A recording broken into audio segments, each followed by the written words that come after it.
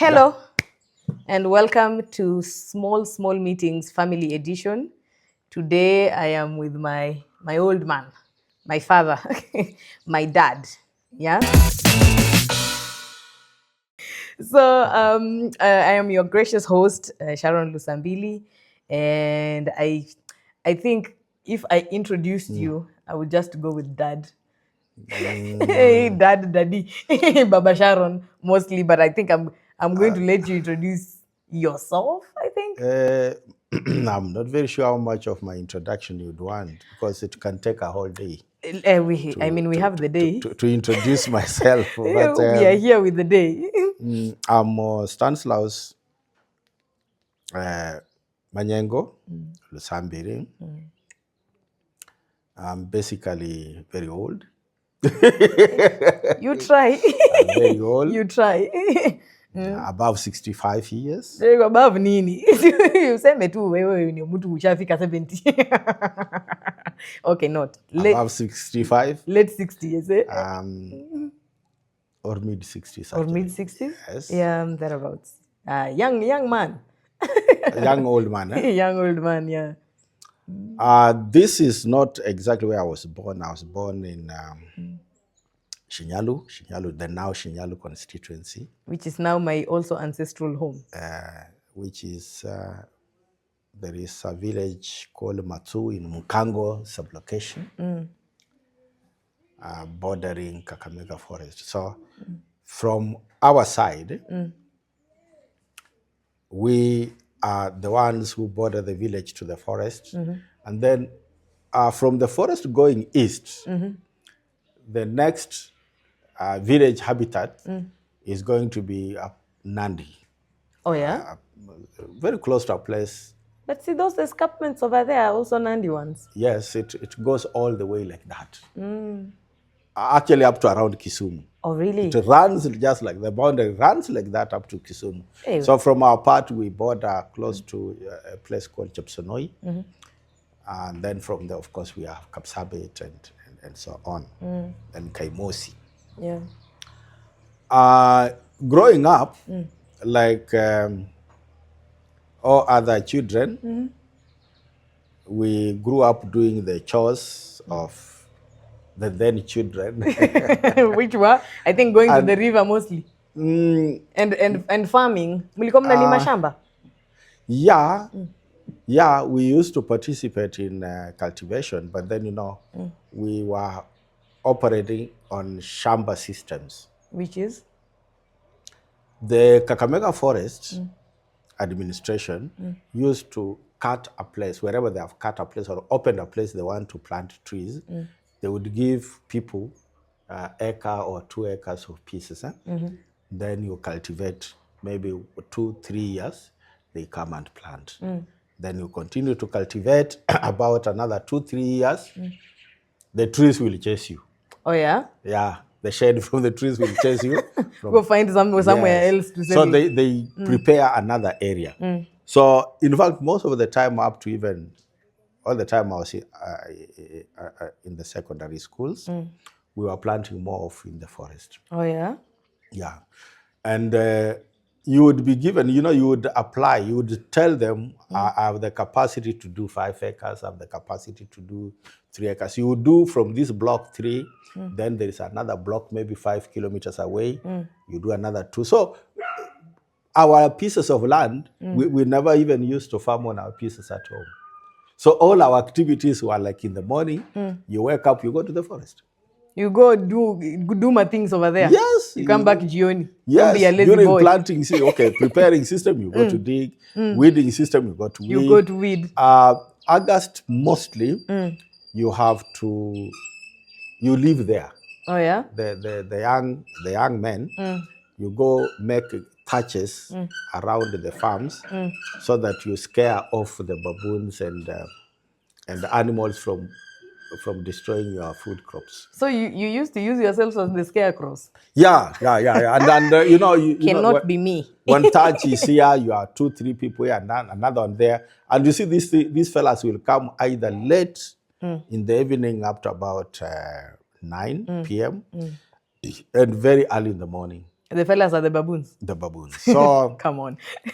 and the monkeys and, Yeah. and what have you. So the dogs will alert you. So you have your grass, not even grass touched. Actually, something. plantains, forest plantain leaves are the ones you put on the sticks. Then you have a fire. No way. A fire, just like that. And that's then, where you sleep. Yeah, you live. You live for about a month until the maize hardens. Amejipendi. Yeah. So that is exactly the kind of life we had, and the forest used to provide the vegetables, the fruits, even the food. Oh yeah. Normally we just Mwisho mlikuwa na ma lemon grass mingi huko za so kutengeneza chai. many. We have maruku, we have wild potatoes, we have berries, we have the arrowroots of whatever types in the forest, the bananas in the forest. Oh, so there was plenty. So that's why you'd invest more in the forest than what you. Yes. Kwa shamba ya home, you No. just have enough. In fact, so much to plant. In fact, we didn't used to plant anything, because even vegetables, when it gets to about 5 p.m. or 6, so one of you just walks to the forest and you'll be able to pluck green vegetables. You come, somebody's grinding millet and sorghum, you prepare food. So the issue of planning to eat was never there. Yeah. The time you want to eat, you will always eat. You will always have something to and eat. You don't go far to look for the food. And you don't even have to buy it. No, and of course, forget about buying it. You don't even have to stock it. Mama mboga. No, they were not there. They were not there. They were not there. Yo! Salt, you would just borrow from whoever if you don't have. Fat, cooking fat used to come from Kitale. And if you had like 500 grams, it would run you about a month or two. And traditionally, some people used to make this ghee from maziwa ya ng'ombe as well. From milk, from also these warthogs, from animal fat, they would prepare it.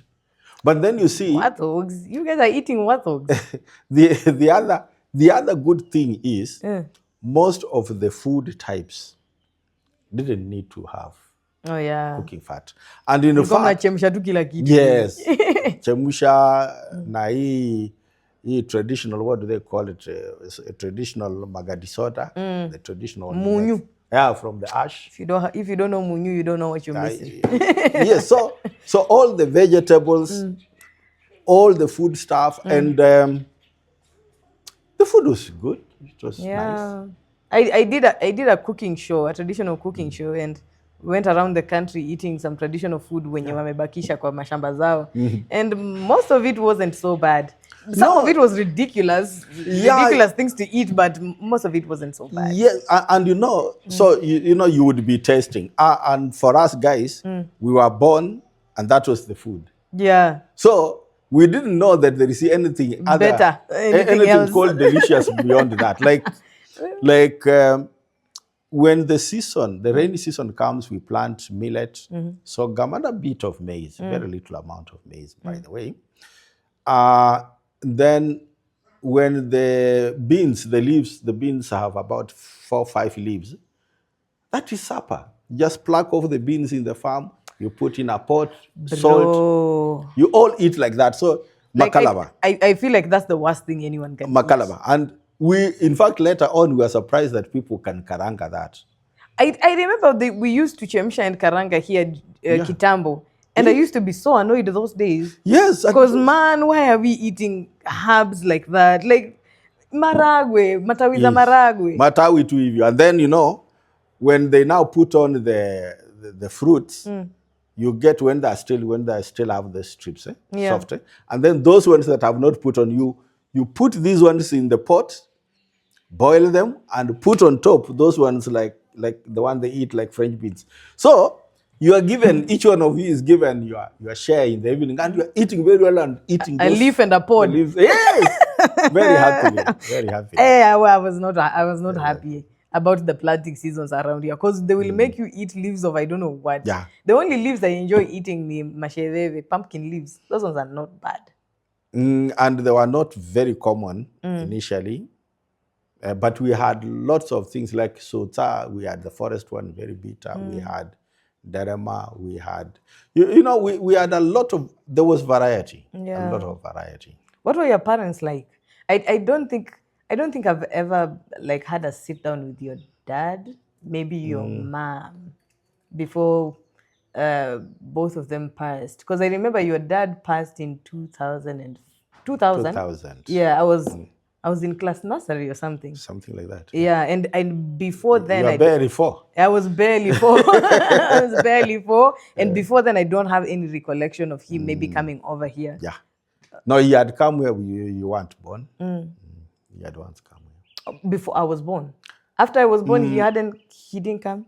I don't think, because I have to check the last time he was here, because this is 1990. No, you were born. Yeah. He was here, I think, last around 1999. And actually, that 2000, a week or 2 or 3 weeks before he died, around that time, Oh yeah. he came here. What was he like? My father. Yeah. Grandpa dear. I also wish many a times that I had had a proper session with him. Oh yeah? Why? With the interest. When you grow up, you begin to look at life in a very interesting way. Okay. Sometimes we look at what they do, what we do. You wonder, what are these old men doing? But when you get to that age, you discover that is what you are doing. Then you just discover, this is actually what I'm doing, what I hated of my father. Then you would want to meet him. Yeah, but and I will level with him. Yes, but that he's not there. That need doesn't come. So my father, I didn't also have a very big session with him. Oh, yeah. And neither did even his brothers and sisters have. So he was born sometime in the 20s. And 20s is far. And then I think traditionally or something like that, he was taken to the mother. He was taken with the mother to their auntie's place, where he grew from for one reason or the other, and came back, I think, about age 4, 5. So that is when the others were born. So he grew alone on his own. And then, at age 5, I think he had gone to school a bit, maybe one class or something like that, because there was always class 1 and class 2 only. Anyway, that is what there was. And then you go to the Kabete if you pass and something like that. What? That was the education system, something like that. So he had attended maybe a term or 2 of class 1 and 2, and then go to a polytechnic is crazy. But I think I would like that. Formal class 1. So so I think at some moment when he was getting into teen, he went to Kitale, because that was the only place you get a job. Oh yeah. It had the Wazungu settlements. Oh, the schemes. The schemes. Then I think in the early 50s, the British were looking for members of their colonies to help them protect or guard Suez Canal. Okay. So they were picking the firstborn son. So he was picked. He had just married my mother. So he was picked. Your mom is the first wife? Yeah. Oh. So he had picked he was picked, and then he left, served with, I think, East African rivals somewhere in the coast, and then they went to Suez Canal, Cairo, kind of, the part that was British. I think served for about 2 or so years. When the tour was over, he came back, I think they're about 53, I don't know, 54 there, or 53 or 52. And then he discharged from the army, I don't know why, but he didn't feel like going on with the army work. You were like, that's not good. Too good for this. Yes. So he went on to start working in Nakuru, I think with the hotelier. That was Block, an Israeli hotelier, who owned also Norfolk Hotel, New Stanley Hotel, Sarova Hotels, and all these. Nairobi, I'm about to come at you guys. My grandfather was part of these things. So he worked with them, and then later on, I think in the early 60s, he moved to, I think initially it was New Stanley Hotel. then Norfolk Hotel, and then back to New Stanley Hotel. So he just worked with the farm throughout his lifetime. Oh, yeah. Yeah, so we used to see him basically once a year in January when he comes on leave. And then often we would go to Nairobi Oh. for a holiday. Mulikuwa mmechanuka. Yes, so you can imagine, Rich maybe kids. the next thing is going to be a bit weird. Because Gorofani, and that is Lee, then Maringo, a bit of Kimathi and Uhuru were the last estates in Nairobi. So we were living in, actually, Majengo. Towards it, I've even visited it of late. Towards when you're going to Kikombo, just before you cross the whatever, there's a block of 1 to, I think, 2-story building. So it was hired by blocks, so we were living on that one.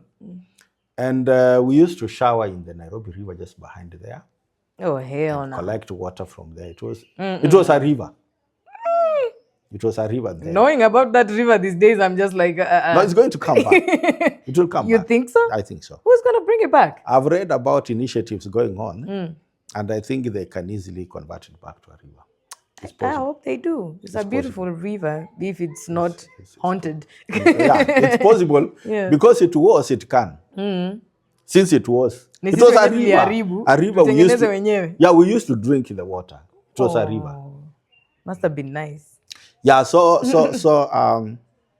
that is about my father, and then of course he retired and came back home, and his days were kalas. He died peacefully. They call it peacefully in sleep. How did he die? Oh, he died in sleep, yeah. He died peacefully in sleep. I'm not very sure. He was never sick or anything? No, he went to meet his friends in the village, had a drink he was probably not supposed to. A small drink. I think that drink was not a very good one, so he came back and died.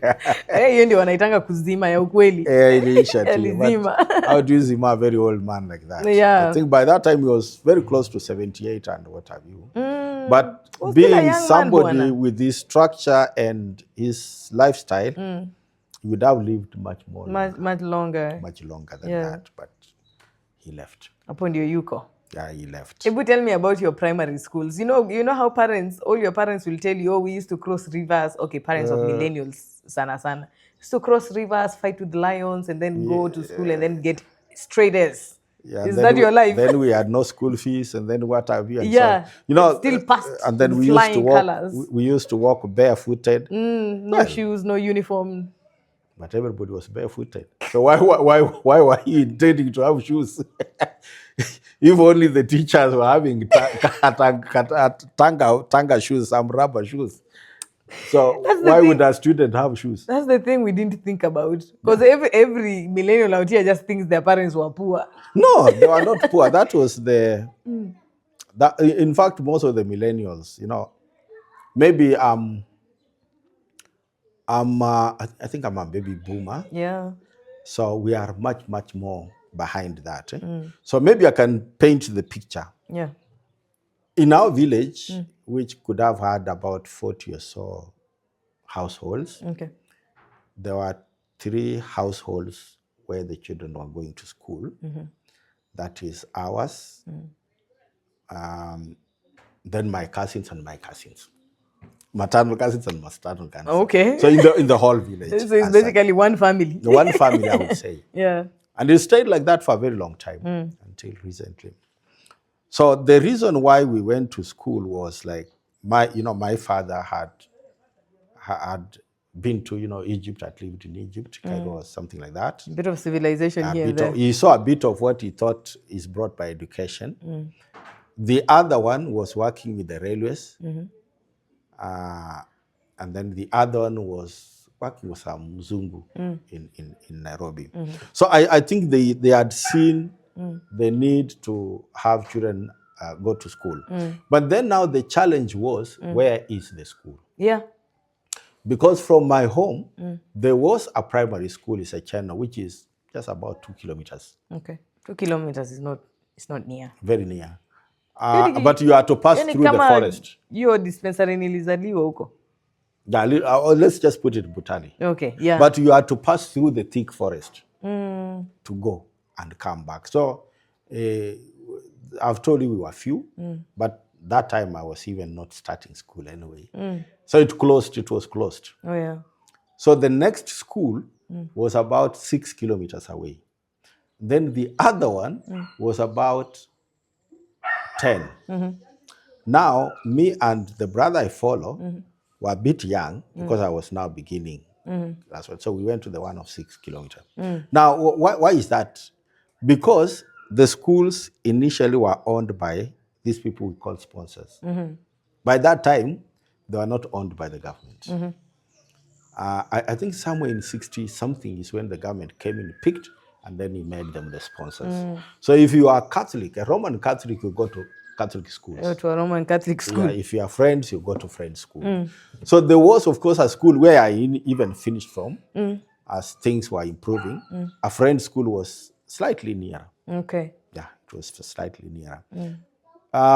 So we definitely used to walk, and I would say I wouldn't cheat people that I was poor because we were just there. Yeah. I didn't like see anything. what are you comparing yourself to? Yes, I didn't see anything. Because everyone is living the same kind of lifestyle. It was a question of, yeah. Are you motivated enough to go to school? Is there sufficient direction from your family to go to school? Because you see, like my mother, my father insisted that the shield, which people used to talk so much about with, and a spear, that I'm going to war, I'm going to battles and all this. So the shield is the book, and the spear is your pencil. And internalized that in our thoughts. And we thought maybe in future, it might not be the strong people in the village that will matter. So the intelligent ones. Us who were going to school were known as the weaklings. Oh, yeah? We were the society. You can't fight anyone, so you're hiding behind. We are hiding under this thing called school. I see. So we did our primary, maybe primary and intermediate. What is the intermediate one? Hakuna secondary schools your time? No, I'll come to that. The primary was from class 1 to, is it class 4? And then 5, 6, 7, 8 was intermediate. Junior school-ish. Yeah, okay, so now the things were a bit interesting. So at class 4, there was CAPE, there was an examination common entrance to go to class 5. The intermediate ones. To go to intermediate. Yeah. Now I got when that one had been removed. Was just getting removed. So even me, when I was in school, we had class 8, but it was phased out to come back to class 7. Okay. So it was a bit interesting because we were very few in school, and then you go to class 1, of course, class 1. There was no nursery. You go to class 1, you go all the way to class 7, you do your examination, CPE, Certificate of Primary Education. But we didn't need to add Kenya there. No. Yeah, but that one was Kenyan. And then after CPE, which had basically 3 subjects,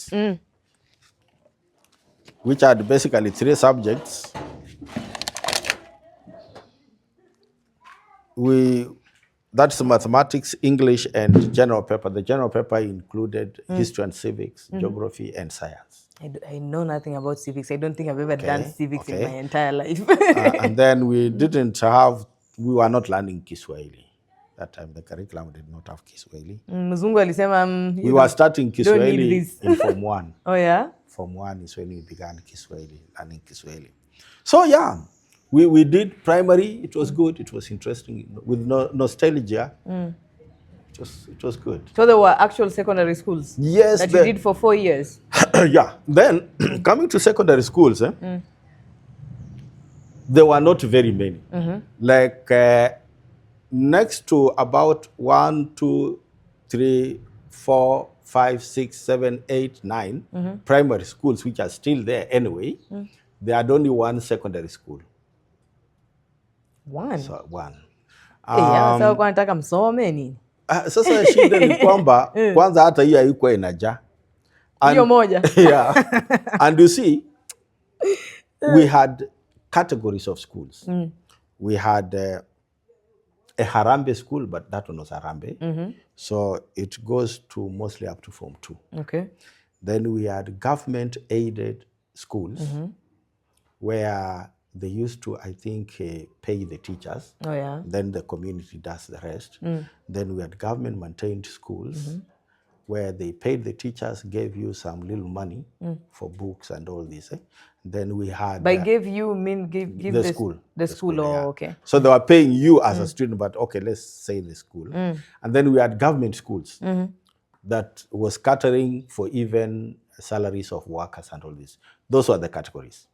So Nice. for you to have a school, the community had to generally start from a Harambe school, get to one of their primaries using the sponsor. They open up a Harambe school. Then as it goes ahead, it will be graded by the government and then be given assistance. Okay. So I think when I went to Form 1, a school like, famous school like Musingu was just still a low kind of school. It wasn't that what it is now. And when did these missionary schools come in? Community schools, I think. Missionary schools, when the missionaries came in, like in our place, all the schools were owned by missionaries. Okay. So we had Mill Hill missions, those are the Catholics. And then we had Friends African Missions. So you'll find schools even around here, most of the schools, you'll find a word written there, Friends Mataha, Friends School, Tande. So this is a school that was started by the Friends African Missions. And then the other side, our other side, you will get normally MHM, Mill Hill Missions. Okay. They are the ones that began the schools, and then the schools were taken, but they continue to sponsor them. Yeah. So we, in Kakamega, I don't even know the number of schools that are DB, the government ones, that is District Education Board schools. There was one in Webuye along Webuye, yeah, Webuye has one DB school. Kakamega, I don't know. Na national schools zilianza lini? And were they that time, and did they have a lot of kids? Do we have a lot of smart Africans? I may not have a lot of know-how on national schools, but what I know, one, we had 8 schools that are polytechnics. These are like Skalagala now. Okay. There were actually schools Form 1 and so, but they were technicals. Each province had one. And then national schools were begun much earlier in areas where the population density was high. And not only just high, a high percentage of Wazungus. Oh, yeah? So it's Wazungus who built the national schools? Mostly. With what money? Now, that is where the confusion is, but in my understanding, most of those national schools are also church-sponsored schools. Like Mangu is Catholic.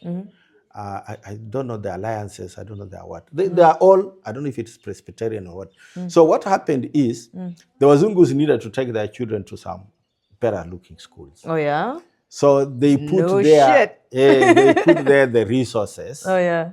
And the resources were actually not from Britain. They were actually the Kipande system, the taxes that were being, collected from the community. No way. So, like here, we could not have a national school. We didn't have Wazungu settlements, and one, we didn't have a tax bracket that would sustain such like schools. So you'll find Eldoret had Highlands School, there was Wazungus. And then most of the others were centralized around Nairobi, Alliance, Lenana, Mangu, Nairobi schools and Nairobi School, Loreto Convents. Those are by the... So they were all just around there because of the concentration of the Wazungus. But then, they were not like, built by some government from UK or something like that. I thought they were coming with bags of money for construction. No. So like Kakamega High School, when they sought, Mzungu sought to have it, Mr. Chapman, that was his name in 1922. and he was allowed. So he came to the D or the DC. They gave him 100 acres, sliced it from the agricultural whatever research, and then sliced the prison. So he began a school in 1922 and started building the first building. It was only ready in 1935. Because you see, you have to harness taxes, get people, because that was a government school, government African school. The DC had to get taxes and do what and so on and so forth. So yeah. So I'm thinking this debate of people wasome kwao and people are like, we don't have national schools. That means the county governments can build the national schools with the taxes of the county. Yeah, that is what it's supposed to be. You know, there is a time Jiris Muranga, the minister who was Kamodo, insisted that it be a district school. Do you know why? No. Because in the era of President Moi, he came up and said, people are, this debate like the one we are having. So he said, okay, 85% must be from the locality, other than national schools. So people developed that, like Injiris developed, it was doing better than the national schools. And it was only getting the students from around. Chabakali boys remained a district school. And it was serving 85% of the population from that district. So I think that helped quite a number of schools to build up. So county governments wamekalia tu. So government, if you have an issue, okay, my thinking, if you have an issue, you don't have a school, just like the Wazungu who were in control of the taxes were building the schools. The schools we are calling national. If you are in control of the taxes, that is my thinking. It's very personal. Yeah. If you have the control of the taxes, as a governor, build the school. Build that national school the same way in Alliance was built. Alliance was built. Yeah. And in fact, take your kid to that national school instead of taking them to Germany. I also remember. See you. Yeah. That's okay. People like, I think, Musalia. Yeah. Honorable Musalia, they school in, what is this, Nairobi school. So be in the school. And the father was fairly, a VIP. But you see, if you take your children out, then you will not see the need to have the schools. Yeah, to have the schools around here because no one else has to struggle about it, yeah. And I also believe you don't need so much money to build what you are calling a national school. Yeah. What is national about a national school? All you need are facilities, infrastructure and the software, the teachers. But if the teachers come and you also throw them away again, it will be an issue.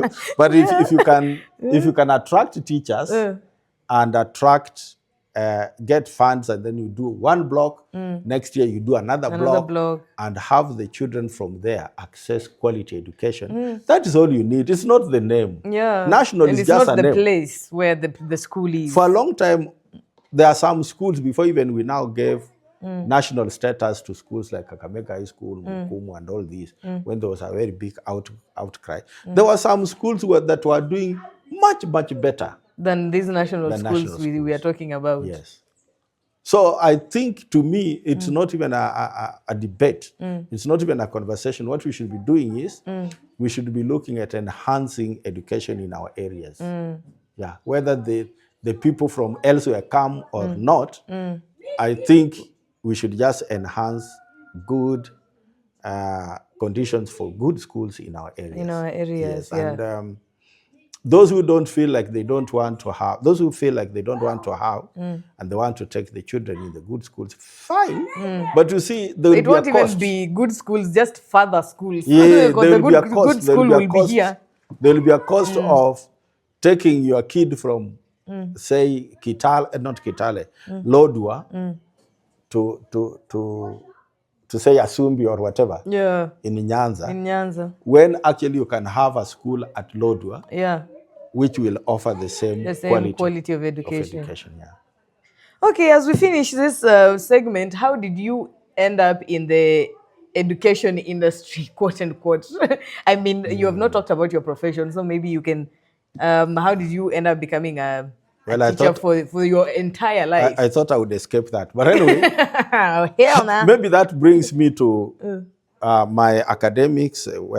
From primary, which I've said was at home, Chinyalu, I went to a seminary. Actually, I opted out of the normal system. I went to the St. Peter's Seminary, Form 1 to Form 4. Okay. Then from there, I also felt like now I move out of the seminary. Oh yeah. So, so I was called to Gaishanjiru School in Muranga, Okay. Kandara Division, whatever used to be called Kandara Division, for Form 5 and Form 6. Oh, there was that. Yeah, there was that. So in Form 4, okay, first of all, may I tell you one thing? In Form 1, Form 2, most of the Harambee schools used to do a Kenyan examination, KJSE. That is Kenya Junior Secondary Education. Now, the idea was you could use that one to go to Form 3, Form 3 and 4. or you use it to go to even a TTC. Oh yeah. Yeah. So you can go straight into training. Yes, into training from that end. So in our school, we insisted. I also did KJSE. It wasn't mandatory. Then did EACE, East African Certificate of Examination, Okay. which was done collectively around East Africa. So when you're doing mathematics in Kenya, somebody in Mbeya, Tanzania is doing mathematics same time. Hey, And that sounds fun. Yeah, it was okay. And our exam council was in Kampala. That's where the marking used to take place. Kiwanuka was our CEO. Somebody Kiwanuka, I remember. So after doing Form 4, what we used to call O-levels, I went for science. And that's how I did not go to Tindinho Seminary. Oh yeah. So because it didn't have sciences, it had only CRE, divinity, and ABCD. So I went to Gaishanjiru, did maths, physics, chemistry, and of course subsidiary, as it were. Then those are 2 years. Yeah. That place is far. Yeah. Okay, far from here. From here to Zambia is far. From here it's far. So Yeah. I finished and then was enrolled at Kenyatta, actually University of Nairobi. And University of Nairobi it was one university. It had, I think, 2 campuses and 1 university college. 2 or 3 campuses, may just fine. So we had the university, then we had the main campus, Upper Town. We had Chiromo for sciences and ABCD. We had the dental school. It's in, was it Upper Hill? Upper Hill, yeah. Then we had the Kenyatta National Hospital. On your UN. Yeah, it is UN. It's UN. Oh, that's so There is even an there is a wing. There is a wing with the colors of UN where they do sit 3rd year, 4th, 5th, and so on. Still the in UN. KMTCs. Yeah. And then from there we had Kabete for agriculture. Yeah. Then we had KUC, Kenyatta University College. It was part of UN. Yeah, for education. Oh yeah. So so it was supposed to be a campus, but they started developing it. It was actually a campus that handles only education. So they moved that from main campus to Kenyatta. So that's where I went under University of Nairobi. 3 years. Call it 3-year course. Of course, it wasn't 3 years. How long was it supposed to be? 3 years. We 3 were years. doing a university for 3 years. Oh yeah. But we did our university for 4 years because we lost 1 full year. We lost a year called 1982. Ile mwaka fulani ya drama. Ile mwaka fulani ya visanga. Ya vitimbi. Ya visanga. So yeah, so in Kenyatta University College, I did chemistry and mathematics. So I came out as a chemistry mathematics teacher. And you were posted to teach somewhere even before you finished university? Yes. I was a major. We were few students, by the way. So I was a major in chemistry. And somehow, Kakamega High School required a chemistry teacher for A-level. I was interested in Mukumu. Mukumu required more of a physics teacher in A level. So I was taken to Kakamega, and somebody called the late Shikuku was taken to Mukumu. Yeah. So we complained, but we were told, but these schools are very close together. You can visit each other if you want. No, it's the schools, because I wanted close to Hayega, where I can go home, and this guy wanted Kakamega because he's walking distance. Damn. Kawambia jifind. Jitafuteni. So yes, the letters, the semester was ending, I think on 30th. Most of us were finishing exams by 30th of June. And the letters were drawn by 3rd of July. The TSC had delivered the letters to Kenyatta University College. And I think they were given to the dean, is it dean of students or something like that? That those officers of hostels. Administration. So they are going to, now, they are the records, so and so lives in room, so and so. Oh, yeah. So they were coming the letter. Yeah, you are like a postcard kind of situation. They deliver the letter for you. They're delivering a letter. Like, congratulations, you're hired. You're hired. You say, I'm sorry. So that was the beginning of your career all the way to retirement. Why didn't you change your career? Didn't you feel like there's anything else you can do? I love teaching. Oh, yeah? Okay, actually, yeah, you do. You're always explaining something. I can literally ask a yes or no question. It will be a paragraph. I love teaching. And I taught through, though, of course, I nearly had a break. I was called for masters in 1987. I went, and then there was the issue of sponsorship. We were supposed to get 80%. And I thought maybe the government should just sponsor me. Yeah, as it should, but it didn't. It didn't. So I told them, are you serious? Yes, I walked away. Oh, yeah? I walked back to home. And then you decided to go back to do a master's on your own terms. Yes, I learned the lesson later on. So you were like, I will go get my own money and come back and do it myself. Yeah, there were so many of my friends who, every time we met, were wondering, you mean you didn't do masters? Oh, yeah? You mean what happened? What happened? Well, that tells you something, but anyway. So when I was teaching in Kiambu, Komodai boys specifically, I had friends who thought I should have done this thing much earlier, and who thought there was sufficient capacity and capability for me to do, because now I was staying at Kawa, the university is just next to me. I didn't have any very good excuse other than money. The money. And they kept telling me, there is no money. Yeah. There is never any time you will have money. Yeah. One had already finished masters. One was also doing PhD. One was doing with me masters, though she has not finished. So I decided, well, might as well master myself. Now that you, I think I should do it, much as age was not really. Yeah. But I did finish it. You did, and then you did a PhD. Yeah, I did finish it actually on record time. Out of my class, I'm the first one who graduated. Oh, yeah, you did in 2 years, yeah? Yeah, I did it in 2 or so years and graduated. So after graduating, one lecturer asked me, by the way, when are you applying for masters? I mean PhD. Would like to supervise. I said, what? It wasn't in my what? It wasn't in my plans.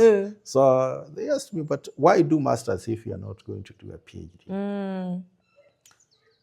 Umekula ng'ombe, umeacha mkia, umebakisha mkia. Yeah, mkia. so by the time I was like graduating, I decided to apply for PhD. Here, home now, because I was now working on my transfer to come back home. So yes, I came with the letter of completion.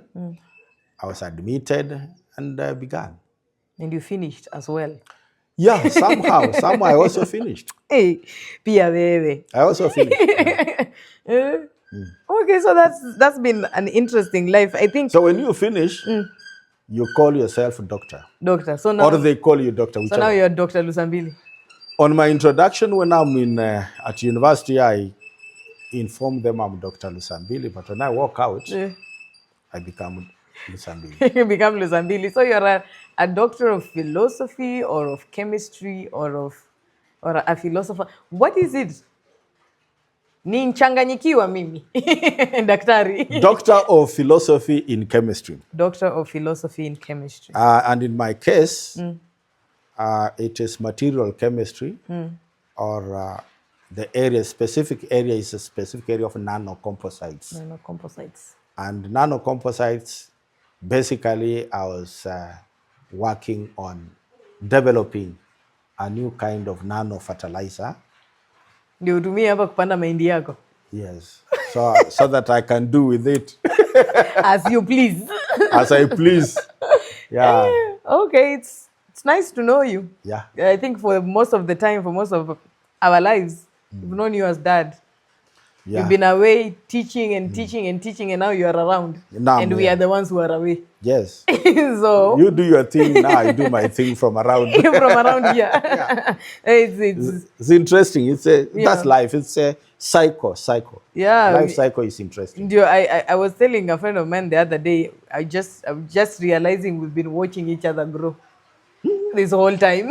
Yeah. Like as much as you are the provider, you're struggling to provide, you're also growing. And Yeah, I we're was also growing. At some time, we were also at the university together. Yeah. Yes, we were. Yeah, in 2014. Yeah, we were at the university together. We were college mates. We were college mates. Very nice. Nice to know you. It has started raining hapa huku Shago kwetu. Oh, by the way, this episode has been brought to you by the car park. Location sponsor car park. One of the car parks. One of the car parks. Sijui mvua ikinyesha tuingie hiyo ingine. It would mean removing the car. Yeah, put your cars out here so we can do some shots. Okay. But yeah, I've been your gracious host, Sharon Lusambili, and this old man here is Dr. Stanslaus Lusambili. Yes. Until the next time, bye.